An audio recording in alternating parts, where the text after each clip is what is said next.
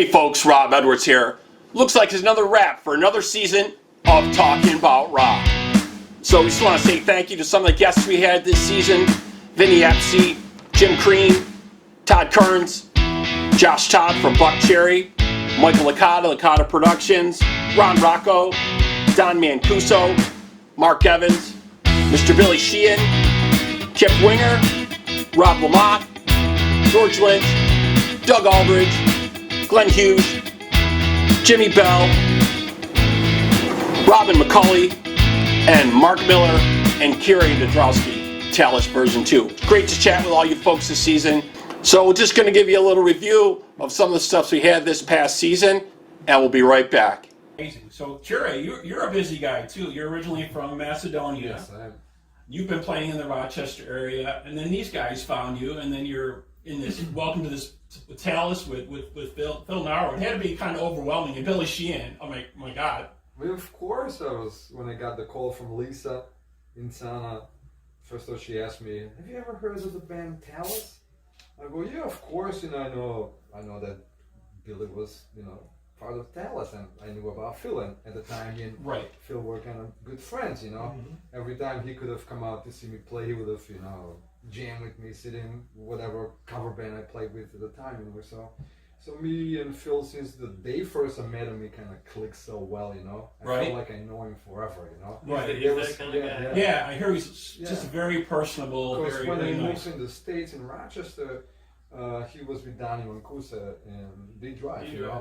So actually, Donnie was the very first musician I met with, and then he got me in touch with the rest of the local music scene in Rochester, And then I met Phil, so we kind of clicked so well. So that's you kind of knew Phil a little bit before they called you. You already knew something was going on here. Yeah, this is when Lisa called me about the 20. That was I think kind of February in 2017. Prior to that, I've jammed so many times with Phil, so we kind of knew each other pretty well, Right. So I was out and about that day when Lisa called me about asking all these questions, and I was like, oh my God, is this real? Right. You're thinking this, wow. Because I know how much Talus means to everyone in upstate or Western New York, Right, big following in Buffalo, in Rochester, and Japan, obviously, because they have a tribute band there, right? Oh my God, but she said to me, "Don't say anything to anybody. We're still working on it, Right. Trying to figure it out." Because I think at the time Billy was on the road with Mr. Big. I think so. Yeah. And then I got included into the group messages, And I remember when Billy said, "Yes, let's do it," So, and then I got to meet Mark, so we got in touch, So then he came out, as he said earlier, that I was playing in my trio at House of Guitars. That's how we actually met for the very first time, So I guess he gave the green light to the rest of the Right. I heard there was a quick phone call and everybody gave you the thumbs up right away, pretty much is how it I was. was like, oh my God. It was like, it's kind of like the dream came true, So, and also, huge responsibility. Right. It was huge responsibility. Not only as a guitar player, just in Talus, as I said before, means so much to everyone. Right. Other guitar players that came before in this band, right? Dave Constantino, right? Mitch Perry, right? All these other guys. And playing with amazing and powerful musicians like Billy and Marcus, and on top of that Phil, And I go, oh my God, I gotta do my homework so good. Right. So, I think nobody could understand why they couldn't get signed back in the day. It was just like, they were just like so close. You guys were so close so many times to breaking the barrier to different things. You know what I mean? But what was your thoughts when you guys got Kiri in the band? You're like, okay, we're gonna do some shows, we're gonna do some touring, or was there already talk about just one show? It was just one show. Just put together one show. It was just another one of those that's going to be a one-shot deal. And then it turned into the 1985 album. Exactly. Well, the tour turned into that. Once we did the tour, we thought, geez, we're pretty. It sounds pretty good. Right. We could pull this back together again. Right. We realized we had all these songs left over that we never played and never finished and never recorded. So we thought, let's do this. So. Yeah. There wasn't really a formula. I think it was just sort of like, just stuff would come from here and there, and we would kind of like throw our stamp on it and do our thing. And then, because keep in mind, we're like arranging as we're going along too. So Right. a demo is one thing, and then it kind of gets readdressed, and then Will kind of does his thing. So it's always like start with the drums, even though the drums are sort of built on a sort of track of a skeletal work as well. And then I do my thing, Steph's doing his thing, and put the vocals on it and all that kind of stuff. So it's, in reality, people keep thinking it's so strange, but people don't really realize that a lot of records are done fairly separately anyway. Even if a band is recording in one studio, it's sort of like often the band is together getting the drum tracks down. Right. And then everybody kind of goes off. The drummer. Yeah, they don't realize like the bass player will come in, maybe he'll lay down some tracks. So the drummer will come in when he has time, he'll lay on his stuff, and then you guys will play it back and then mix it together. Yeah, generally, it's kind of like we're doing bass this week. Okay, so the bass player is there with the producer. The drums have already been recorded and edited, or what they're going to do to it. And then the bass gets finished. Then the bass is done. Then the guitar player comes in, or maybe two guitar players, whatever you have, Right. And, so it's kind of like, I'm not usually just kind of hanging around while Slash is playing guitar or something like that. It's like, I'm certainly welcome to, and I have, but at the same time, it's like, these guys are focusing on the work, and even with a guy like Slash, it can eventually get kind of like, do I need to be here? It's like, if I'm not playing and I'm not working, you don't need to be in the studio for 6 or 8 hours a day. If exactly, really, maybe I should take advantage of some sunshine and get out of the dungeon for a while. But that's largely how records are made. I mean, the last Slash record we made collectively as a band. We've just sort of recorded as live as possible. So, but that is sort of an exception to a much larger rule these days. Yeah, right. These days, usually, it's not really done like that at all. Yeah. Usually someone's kind of leading the project, and they may even have bits and pieces of it kind of ready for you, and they just want you to maybe put a little spin in it or see what your take is on it, type of thing. But that had to be pretty amazing playing with Slash and having that whole thing going on. That'd be an amazing opportunity, right? Well, it's been going on for 13 years. I mean, it's still continuing in whatever fashion we can kind of make it happen. Pre-GNR reunion, it was sort of a totally different thing. I mean, Miles was always the lead singer of Alter Bridge, so there was always the kind of juggling of schedules. And they've got a tour coming out, I just saw. Right? And they've been touring and have a record out. They toured Europe, and now they're going to America. Right. So it's one of those things where our schedules are just, crazy. Everybody's doing other things, but that's kind of how I think I roll best in a lot of ways. I think I do actually really enjoy kind of I don't know what the word is. It's interesting to me to imagine having been like 23 years old and putting Aerosmith together, and then being 73 years old and still being an Aerosmith. Right. It's a very interesting idea. Yeah, a lot of guys have multiple projects going on. Like you said, keeping themselves busy is better. It's always good to be busy. Like we were saying before, I'm so glad to have both of you guys here with us today for sure. So I was reading a little bit on your background, Joe. Started 13 years old, mixing tracks, your drum machine sequencer, going from 15 years old jamming Lynch Mob songs on CD to going to running studios, and then now doing stuff here with one of the most notable guitarists here, Mr. George Lynch. Yeah, isn't that weird? Yeah, where did it all go wrong, dude? You were so good, and then all of a sudden, just like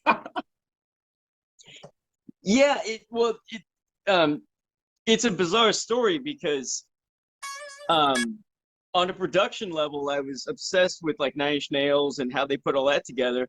But I also was listening to Lynch Mob because I'm a guitar player as well, and I couldn't pay for this. I mean, it's just Lynch and I working together has been the best thing ever because I get to work with my favorite guitar player doing music I like. So that's been the interesting factor. So yeah, that's just amazing. And yeah, George and I were talking a little bit before you joined. I think he always kind of wanted to do something a little bit heavier, and the record companies kind of shied him away from it. And the sound you guys are getting on this is fantastic. The mix that's going on. George, what's your thoughts on the new material you guys got going on here with the Banishment?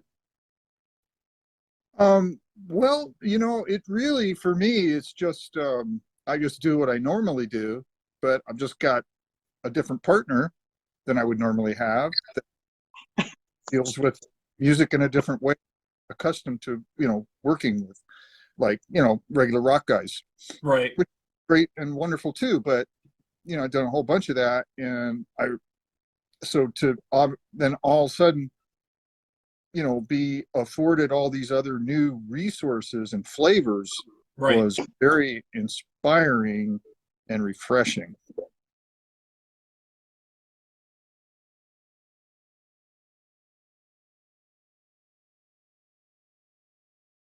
I was reading I was reading a little bit and about your history, and what I read that the first time you got to see Randy Rhoads play, you were actually there with Eddie Van Halen at the Starwood back in the day, huh? Yeah, can you believe that, bro? When I first moved out to LA, I was playing with the guys from a 70s band, Angel, and I was really good friends with those guys. And one of them, the guys, Mickey Jones, the bass player, him and I were really close, and he was friends with Eddie Van Halen. And they came by and picked me up one night in Eddie's van, and it was before their first album came out, and we went out and we went out clubbing, and we went to the Starwood that night. It was Eddie Van Halen, myself, and Mickey Jones on Angel, and Dubrow was playing. It was the early version of Quiet Riot with Kevin Dubrow, and Randy Rhoads was the guitar player, and he was just on fire that night. And there I am watching Randy Rhoads with Eddie Van Halen, and it's one of those weird situations where when you look back at it, you're saying, wow, what the hell? Those were two giant rock guitarists, and they're icons. And here I am watching Randy Rhoads with Eddie Van Halen, asking Eddie, what does he think of Randy? And it's just an amazing thing when I look back at it.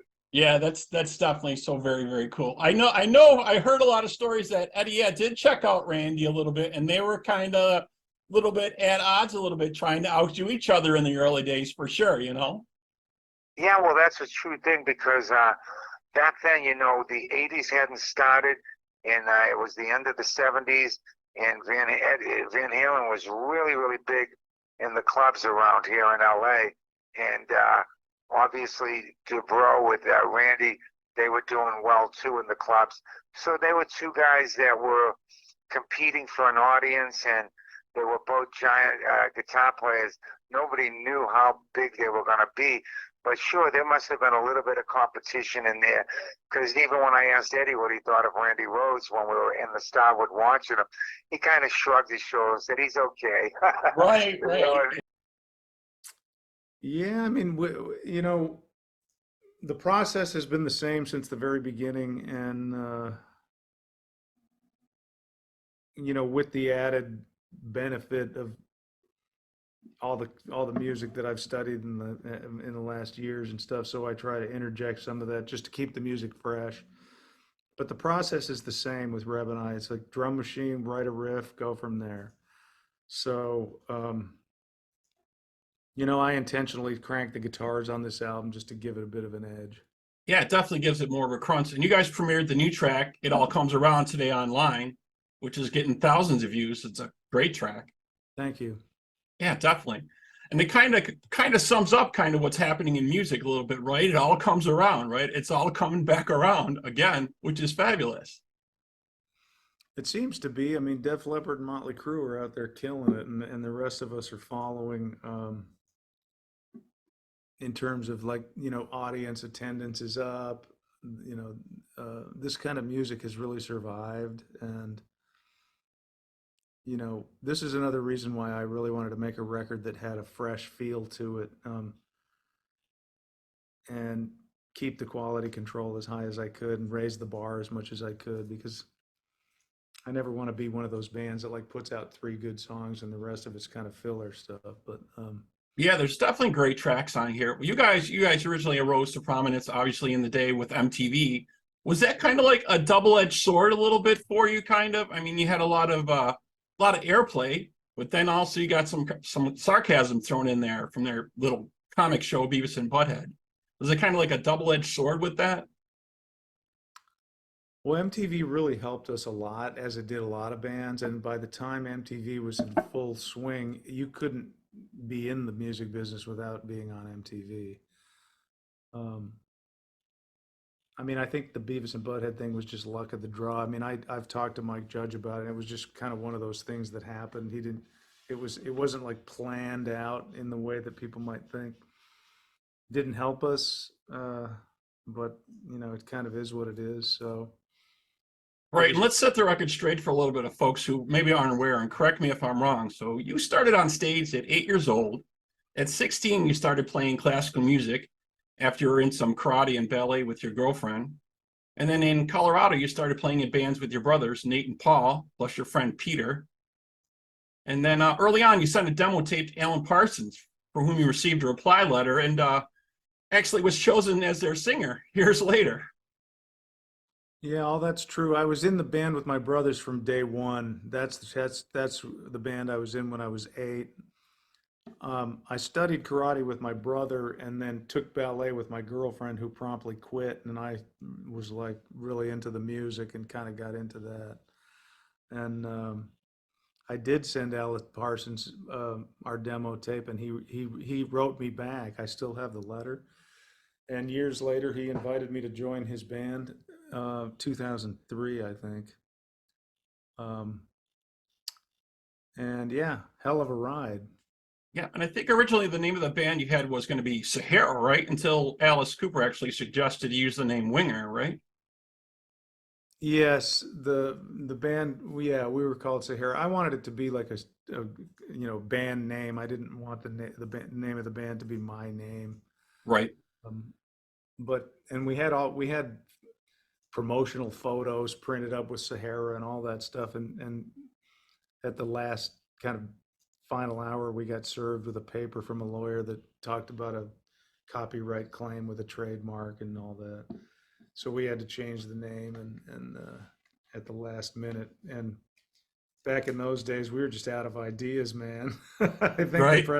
the president of the label, Doug Morris, suggested Winger, and that one stuck. Okay, we now have with us, returning to our show, rock drum legend Vinny Appice and Buffalo Music Hall of Fame vocalist Jim Crean. Thank you both for coming back to speak with us, guys. Hey, Rob, how are you, buddy?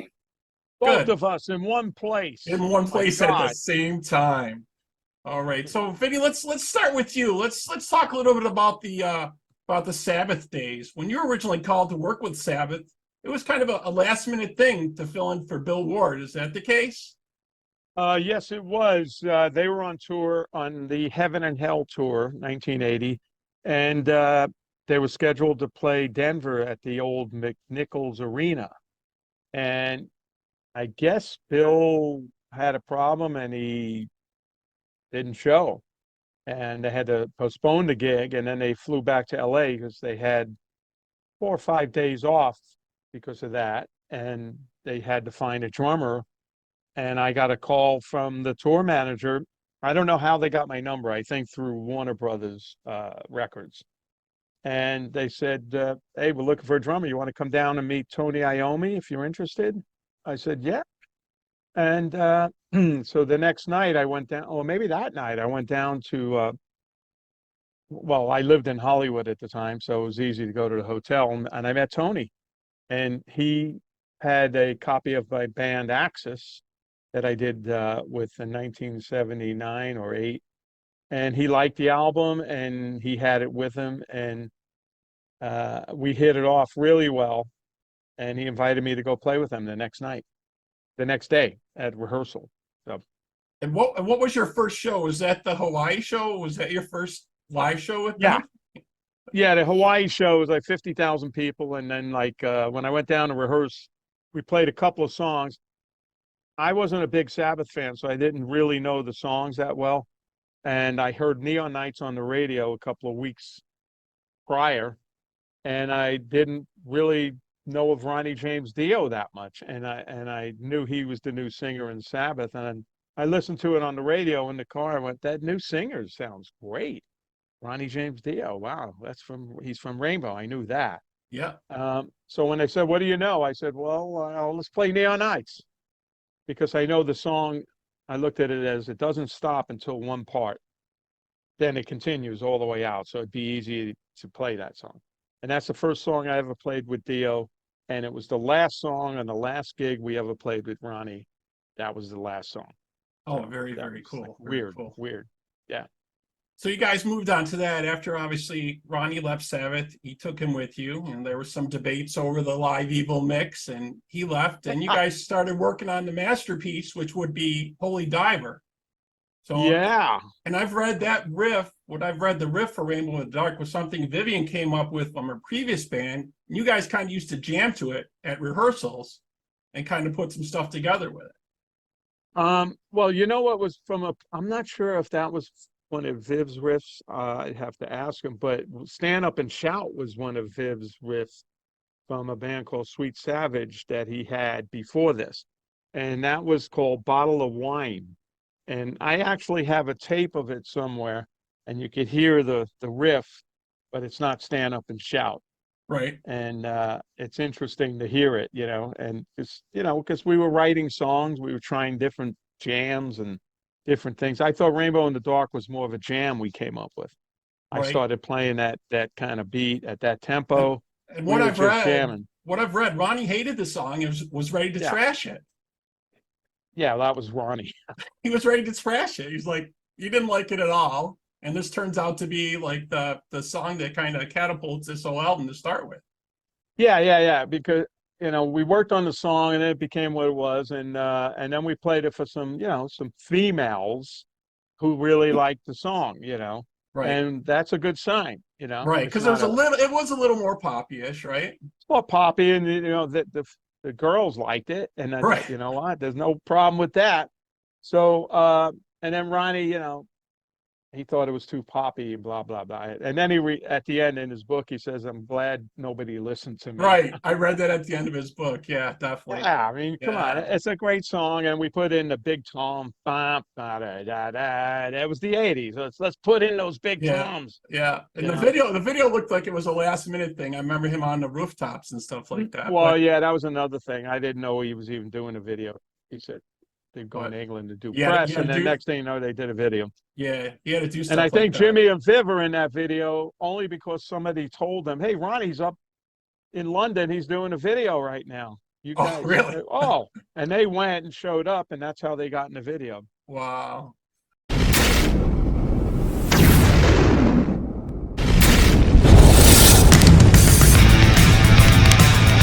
Starting in January 2024, a brand new season of Talkin Bout Rock. Keeping the torch alive, and we'll still be bringing you rockin' reviews from around the globe. Join us for all new special guest co-host episodes and our all-new Rock Roundtable with media consultants and promoters inside the music industry and musicians and podcast hosts. We hope you all join us for an all brand new season of Talkin Bout Rock, keeping the torch alive.